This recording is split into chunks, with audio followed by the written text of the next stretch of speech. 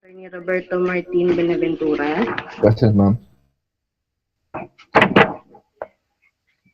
Brigadier General Ernesto Armilo. Engineer Gary M. J.D. Present, ma'am. Line. Engineer Arnel Borlado. Miss Jocelyn Ching. Present. Good afternoon. For our end users, FSIS OFSAM, ARMD-RSD, Present. AAIB, Present. COA, Present po.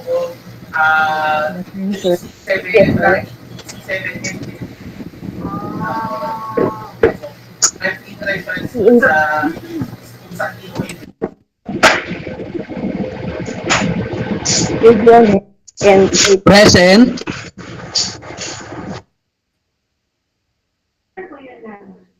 for our BAC Technical Working Group, our head, Attorney Irish Person,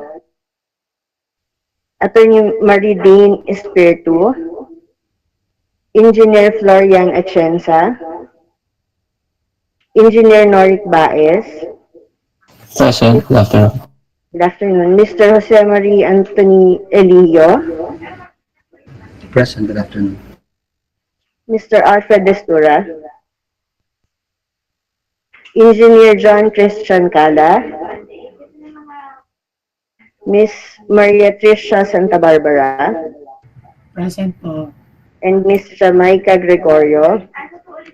For our back secretariat, Engineer Leandro R. Vargas as overall head, and the rest of the secretariat with Miss Eloisa Casimiro as our minutes taker. For our observers, we have invited COA Resident Auditor, PCCI, ES, and ASFI. That's all for the roll call, sir. Thank you. So, do we have a quorum? Yes, sir. We have a quorum. Okay, sige. With that, let's proceed with the items in the agenda. The first item would be the Pre-Procurement Conference for the procurement of periodic maintenance service for Oshkosh fire trucks. This is an ADMS project amounting 7,237,730 pesos. Who will be presenting this? ADMS, sir, Sir Alice. Please go ahead. Good afternoon, sir. Joe Aris Evangelista po para sa ADMS to be presenting the periodic maintenance service for Oshkosh fire trucks with 2,000 running hours for various efforts po. I would like to share the screen, sir, for the presentation.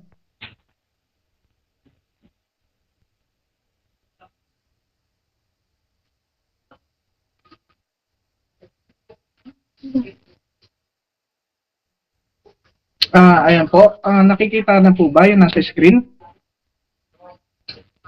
Okay.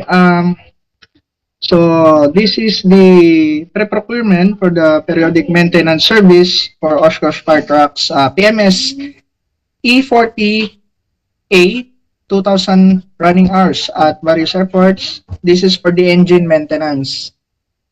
The source of fund is under CAAP APP calendar year 2022 with the approved budget for the contract is 7,237,730 pesos. So for the duration, we have 120 calendar days. And then for the bidding docs, applicable fee is 11,200 inclusive of 12% back. So for our bid data sheet, this includes the clause 5.3. For this purpose, contract similar to the project shall be supply of materials and labor for the maintenance of Oshkosh fire truck engines and must have a completed single contract that is similar to this project, equivalent to at least 50% of the ABC. Also, subcontracting is not allowed. And then we have the GCC clause for the delivery. We have the basic deliveries po. So for the goods supplied from abroad, since most of the spare parts naman niya is coming from abroad, no? We have the delivery terms applicable to the contract or DDP delivered. So dito na rin po sila po makipag-coordinate niyan, and it is under in accordance with the Incoterms. Delivery of goods shall be made by the supplier in accordance with the terms specified in Section 6 or Schedule of Requirements to be shown later. So, partial payment is not allowed. Terms of payment shall be 100% after complete delivery of goods. So, this is our scope of work para sa periodic maintenance. We have the visual inspection of engines for leaks, and then install diagnostic tool and capture engine data file. So meron po silang device na ginagamit para dito. Then we have the care and maintenance. No, this is to renew the engine oil, renew oil and fuel filter, check air filter, renew fuel water separator cartridge, check flame glow plug, and check D-belt tension, retight if necessary, drain and refill coolant, check battery and cable connection, check engine monitoring and alarm system, test run engine, and then finally they have to submit the report. So for the distribution list as mentioned earlier po, ito po yung 33 airports na mag-benefit sa ating PMS. We have the Tuguegarao, Kawayan, Romblon, San Jose, Bicol International, Masbate, Iloilo, Bacolod, Rojas, Calibo, Dumaguete, Bohol, Panglao, Calbayog, Zamboanga, Pagadian, Lagindingan, Davao, General Santos, Butuan, and Surigao Airport. Both for Davao and General Santos po, tatlong unit po yung magbe-benefit per airport. It's because meron silang isang Oshkosh 4x4, and then both airports have 2 units of Oshkosh 6x6. So total of 33 airport to undergo our PMS. Excuse po. So for the technical specifications po ng mga items na gagamitin, for the crankcase group, they have replaced the sealing ring, spin-on oil filter. Then fuel system group, they have to replace the filter cartridge, spin-on fuel filter. With the next is a cylinder head group. Ito is mga gasket siya. Then pipes, fuel tanks, most of them are sealing ring and O-seal. Kung mapapansin nyo po sa sealing ring natin, apat sila magkakapareho, but as per contractor, magkakaiba po yung specifications. Hindi po kasi na-include sa specifications na pinasa nila yung mga item number na itong mga sealing ring natin. And then for the consumables, they have the coolant and also our engine oil, 20 liters each per truck po. So with our terms of reference, no, for the condition, a contractor shall start within 10 calendar days after issuance of notice to proceed. Next is the project shall be completed within 120 calendar days from the effectivity date indicated in the notice to proceed. The contractor represents and warrants that it has the capacity to perform its obligation and undertakings according to the terms and conditions of this project, and hereby agrees and warrants that it shall faithfully observe and comply therewith. All works must be done without disruption on the working condition of the working areas.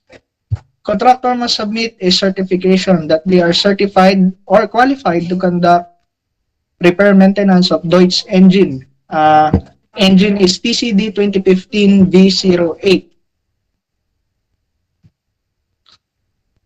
Then the contractor must be an authorized distributor of Deutsch spare parts and submit a valid authorized distributorship certificate from Deutsch. Payment will be made as follow. Full payment will be made after 100% completion of periodic maintenance service and submission of all documents. All payments shall be subject to applicable taxes. So we also have our technical documents po, checklist for the technical documents, Class A documents, also for the financial component envelope. That's all po for the presentation. Thank you. All right, thank you for the presentation. At this juncture, I'll open the floor for any questions from our members as well as the TWG, if there's any. Yes, Mr. Chair, I would like to ask a question. That's true. Yes, sir. Regarding the title of the project, Sir Aris, the title mentioned about 2,000 running hours, but then doon sa scope of work, it did not say about the 2,000 running hours. Should we be consistent or how are we going to deal with that po? Sir, with that, thank you very much. No, napansin niyo po. I think we will edit po para dun sa part na yon so that we will be consistent with our bid docs. Salamat po. Thank you, Sir Aris. And one more thing po, regarding dun sa left out specification for the ceiling rings, will it be possible to get those information before we post the requirements? Thank you. Yes, sir. It would be possible naman po. We will coordinate with the contractor para dito para makapag-submit po sila. That would be all, Mr. Chair. Thank you. All right, Thank you, sir. Are there any more questions?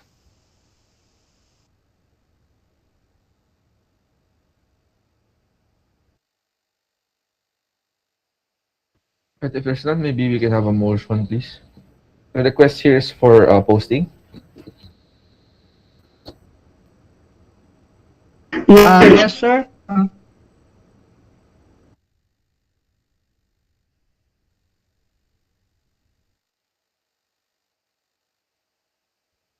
Members, motion. Yes, sir. We would like to request for nakauman. Yes, sir. Good po. We would like to request for posting provided na makomply na po namin yung nire-require po with regards sa ceiling ring, pati doon po sa pag-edit lang ng scope of Yes, work. sir. Yun po.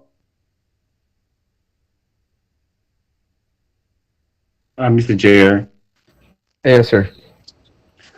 may we hear recommendation from the TWG if the representation is already okay with them, so we could have a proper motion, sir. Yes, good afternoon, Mr. Chair, John Marie of TWG. The technical working group has no further comments. Therefore, recommends posting of the project in the PhilJEP's website. All right, thank you, sir. We already have recommendations from the WG. Let's just have a motion, please. Mr. Chair, motion to adopt the recommendation of TWG for posting of the procurement of periodic maintenance service for Oshkosh fire trucks. Thank you, ma'am. Second the motion, sir. All right, thank you. There being motion duly seconded, let the recommendation be adopted. Let this project be posted accordingly to the PhilJEPs, provided, of course, that the recommended provision is made. All right, and user kindly coordinate the required documents with the Secretariat. Okay, moving on. We also have a pre-procurement conference for supply delivery, installation, and commissioning of 500 MBPS internet dedicated access for CAAP head office, amounting to 3,600,000 pesos. This will be presented by MISD. Sino po mong represent nito? Good afternoon, Chair. Si Cheryl po, MIS. Can Okay, please I go ahead. yes, thank you, sir. Present ko lang po. Mag-present po.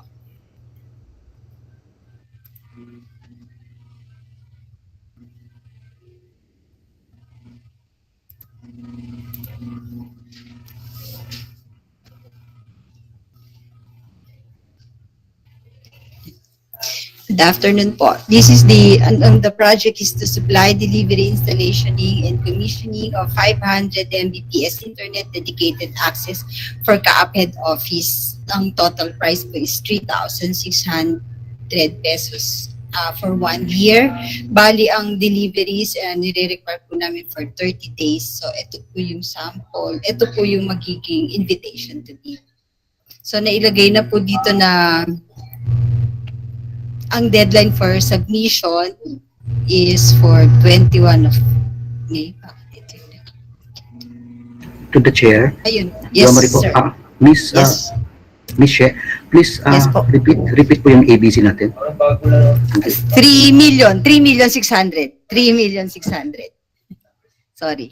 So, ine-expect po ng opening ng bids is sa June 10, 2 o'clock p.m. dito sa CAAP. And ang scope of work po is yung supply delivery ng installation and commissioning ng 500 Mbps internet dito po sa head office. Then, ang pinaka-essential po niya, since ito po ay goods po siya pero hindi naman natin siya nakikita. So, ang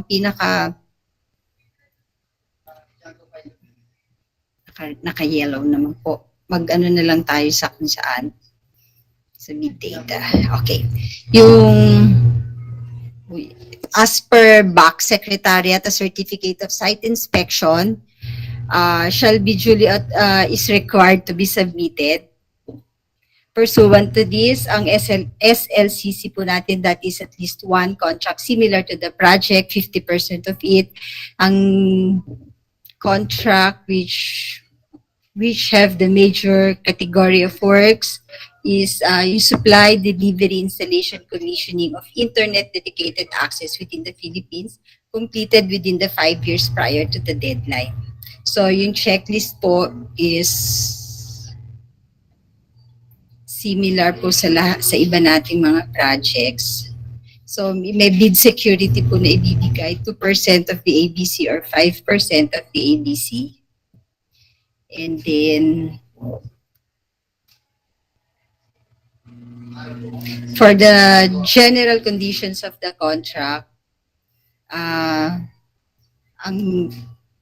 pinaka-ano lang po natin dito is yun. Sa special condition naman, ang pinaka-special condition po natin na inilagay po namin, the terms of payment shall be as follows. Upon completion acceptance of the project, the winning bidder shall provide monthly billing statements to include the monthly recurring fees and, if applicable, the one-time payment for the initial installation and configuration. There will be an inspection and test for this project. It would be the host facility and equipment inspection. So, yung pong requirement lang naman niya is yung technical specification. Ang general objective ng project is one, to deliver additional bandwidth to the existing CAAP internet bandwidth, provide sufficient, reliable, secure internet bandwidth to support the CAA requirements, and then support the existing document management system, cloud application, and the proposed administrative and finance cloud application system.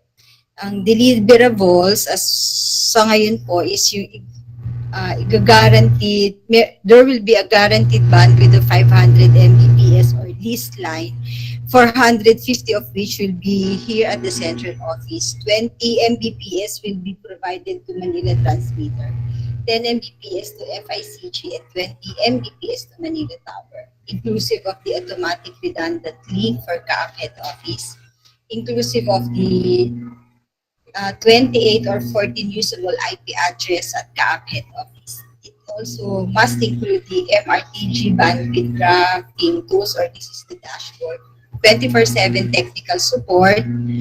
Providers should have a network operation center, their own network operation center, and readily available service units or equipment or devices provided and installed at CAAP.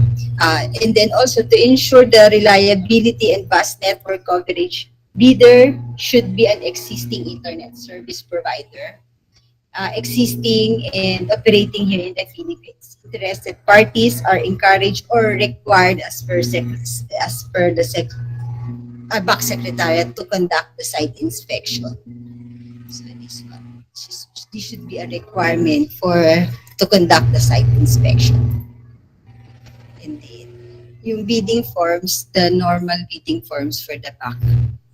That's all for my presentation, sir. Any questions? All right, we'll open the floor for questions now. TWG, Mr. do we have Chair? any comments on the form? Yes, go ahead. From the TWG, sir. Sir, I'd like to ask about the maintenance as well as the troubleshooting, sir. They provided the provisions for the bandwidth, but what about the troubleshooting, sir? How long or what is the period from the reported trouble or halimbawa nag-down? How long will the service provider respond or fix the internet connection? Sige ma'am, mas i-detail na lang namin dito. Pero ang magyayari ma'am is yung basic lang naman po na upon reporting the problem, it should be maximum up to 4 hours. Depende na lang po kasi bandwidth po yan. Minsan ang nagiging problema po is nananakawan po tayo ng kable. So yun, medyo mahaba. Pero yung mga minor and routine problems, ilalagay na lang po namin yan. Noted mo, ma'am.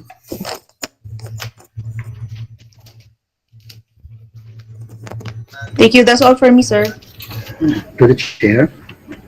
Yung report from TW. Yes, Ms. She, can you move up Yes, sir. doon sa may portion ng site inspection, please?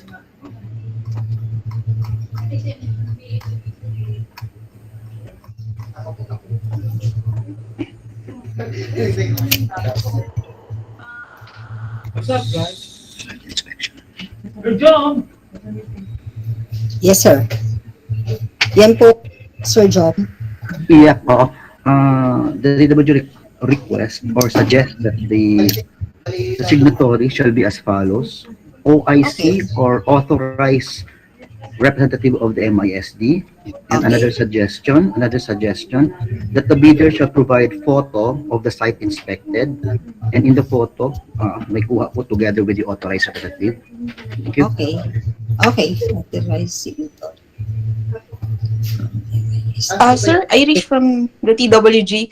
Sir, during the drafting of the bid document, sir, we already asked the OIC, Ms. Sofia Fulmaran, regarding the representatives who will be signing the site inspection, the certificate of site inspection, and she recommended Ms. Cheryl Walikan and Mr. Dennis Arevalo. Also, Ms. Cheryl, please move to the BDS, on the first part, 3 point something. There is a requirement there as an attachment to the certificate of site inspection. No, ma'am. Bababa po.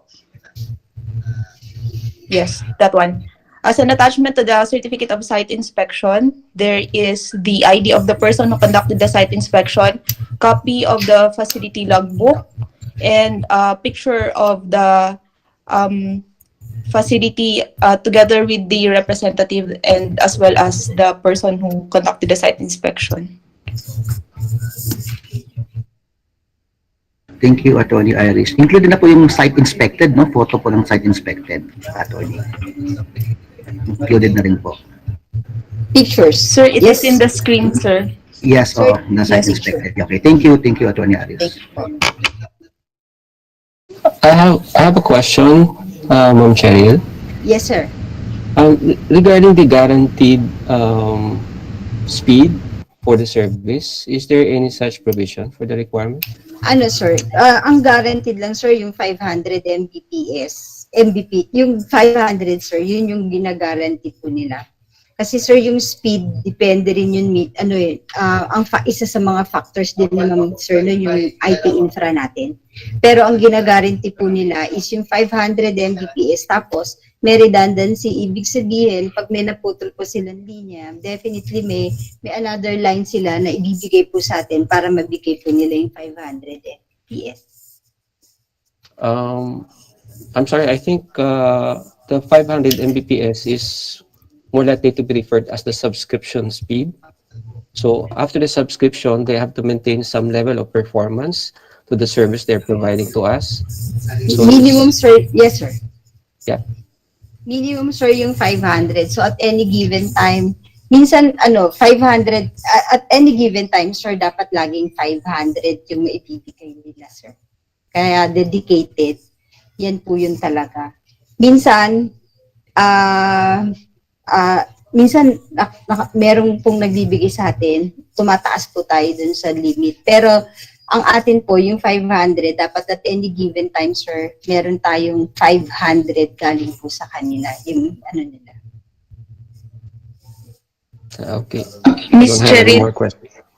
I suggest yung sa comment po ni Sir Norix, just to be Yes, ma'am. sure na lang po na may provided po na ganun na internet speed natin, can we add that to the technical specification, ma'am? That Sige, the service provider will be able to provide or to maintain a minimum internet speed, ma'am. Sige, ma'am, ilalagay na lang namin definition of terms ng dedicated access. Sige, ma'am. Thank you. Noted, ma'am, lagay ko.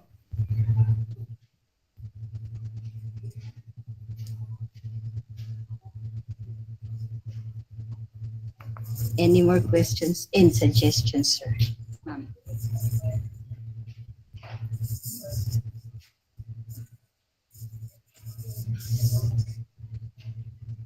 All right. Do we have any further questions? TWG, okay na ba sa inyo? Like, if provided that your comments are integrated, what is the recommendation here? Sir, the TWG recommends for the posting of the project, Miss Cheryl, 500 Mbps. Internet dedicated. 500 Mbps internet dedicated access for CAAP head officer, subject to the incorporation of the comments that were given earlier, sir, for the consideration of the committee, sir. Right. If there are no more comments or questions from the members, maybe we can have a motion, please. Motion, Mr. Chair. Go ahead, sir. I move to adopt the recommendation of the TD posting of the supply delivery, installation, and commissioning of 500 Mbps internet dedicated access for CAAP head office, subject to the requirements being asked by the TWG. Thank you. Thank you, sir. Do you have a second? Second, Mr. Chair. Okay, ma'am. There being a motion to seconded, that this project, supply delivery, installation, commissioning of 500 Mbps internet dedicated access for CAAP head office, be accordingly posted on field depths. And user kindly coordinate with the secretariat for the necessary documentation for posting. All right, thank you. With that, let's proceed, please, with the next item, mode of procurement. We have eight items in total. For the first one, we have fabrication of slatted angle rack, amounting to 494,520. We have the end user here. Sir, from the end user, sir, from the RSD, sir, the recommended mode of procurement, sir, is SVP, sir. This fabricated slotted angle rack, sir, are the cabinets or the steel cabinets that kung saan po nilalagay po yung mga airmen and aircraft records, sir. This will not fall under shopping, sir, since although these are cabinets, sir, these are not the ordinary cabinets, sir. So the recommended mode of procurement is for SVP, sir. All right. Do you have any objections to the recommendation?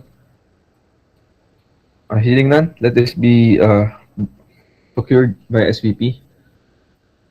Okay, moving forward, we have 5 units for door lateral filing cabinet and 9 units executive table.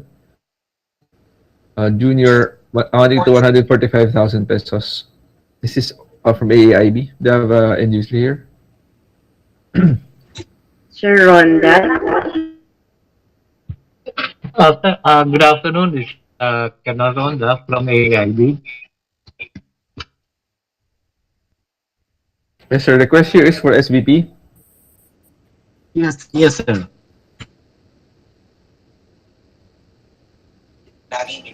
Mr. Chair from the TWG, sir. Yes, Attorney Irish. Sir, the recommended mode of procurement, sir, is for SVP. Although these are office tables and chairs, sir, this does not form part of the DBMPS category, sir, which fall under off-the-shelf or ordinary office supply, sir. Thus, the recommended mode of procurement, sir, is SVP. I thank you, Attorney Irish. Do you have any objections from the on the recommendation here for SVP from the members? All right, hearing none, I'll let this be procured by SVP as well. Next item would be fabrication of floor standing wooden shelves for the use of COA office, second floor CAAP, admin building, amounting to 199,342 pesos. Also for SVP. So recommendation here, TWG, end user. Sir, same recommendation, sir. This is for SVP, sir. Also, we have the same justification as before, sir. These are not off the shelf office supply, sir, as found in the Okay. DBMPS, sir. All right, thank you, Attorney Irish. Do you have any objections from the members on this? This is for SVP. All right, Yes, all sir. right, hearing none, let this be procured by SVP as well. Moving on to 2.4, preventive maintenance service and calibration of radiology equipment machine, amounting to 100,000 pesos for SVP. This is from FSIS of SAM. Do you have end user here? Or TWG? The recommended mode of procurement, sir, is SVP, considering that services does not fall under shopping, sir, and the recommended mode of procurement is SVP, sir. Okay. Any objections from the members on this? Hearing none, this is for SVP. Going forward, one set card printer with consumables and 190,000 pesos. FSIS of SAM as well. Sir, from the TWG, for this one, sir, these are not ordinary printers that are used in the office, sir. These are card printers with consumables, sir, that are specific, sir. The recommended mode of procurement is for SVP. All right. Thank you, Attorney Irish. Do you have any objections on this? All right, hearing now, this is for SVP. Moving forward, we have the request for purchase of 1 unit 2 HP inverter window type aircon for FMD-BGMS office, amounting to 55,000 pesos. Do you have the end user here? Sir, from the Yes, Attorney Irish, go ahead. From the TWG, sir. Sir, an inverted window type aircon is not an office supply, sir. So the recommended mode of procurement, sir, here is SVP. Okay, do you have any objections on that recommendation? Hearing none, let this be procured for via SVP. Moving forward, we have purchase request for LED bulbs and LED tube lights for CATC, amounting to 255,000 pesos. What's the recommendation here? Sir, the recommendation here, sir, is for shopping, sir. These LED bulbs, sir, are included in the categories that is provided by the DBMPS as ordinary office supply, sir. The recommended mode of procurement is shopping. Okay, any comments or objections from the members? Okay, hearing none, the recommendation is adopted. This is for shopping. And then lastly, we move on the purchase request for 50 pieces desktop and 8 gigabytes, 1,600 gigahertz DDR3 memory, and 100 units, 500 gigabytes SSD, amounting to 779,000 pesos and 100. 779,100 pesos. This is an MISG request. What is the recommendation? Sir, for this, sir, the recommendation is for SVP, sir. This desktop computers are also not does not fall in under shopping, sir, under the DBMPS category, sir. So the mode of procurement is for SVP. All right, thank you. Do you have any objections on the recommendation from the members?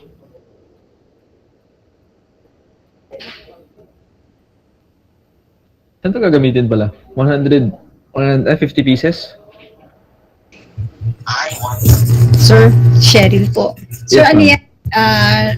Memory at saka SSD para po bumilis yung mga luma nating PC, pabibilisin lang natin. SSD lang, okay. Kasi desktop kasi sabi kanina. Okay. Sige, sige. Do you have any objections from our members? Alright, hearing none, let this be procured by SVP as well. That's all for the mode of procurement items. Moving forward, we have other matters. Do you have anything under other matters, Secretariat? None from the Secretariat, sir. Just to inform the committee, there will be a next meeting on June 1 for BAC Bravo. Alright, thank you. TWG, you have anything to add? Also none from the TWG, sir. Okay. With that, there being no more items in the agenda, we can already adjourn the meeting. Sige, with that, meeting is adjourned. Maraming salamat po for everyone who attended, our members and our observers. Maraming salamat po. We'll see you on the next meeting. Thank you. Thank you, Mr. Chair. Thank you, Thank you. everyone. Thank Sir.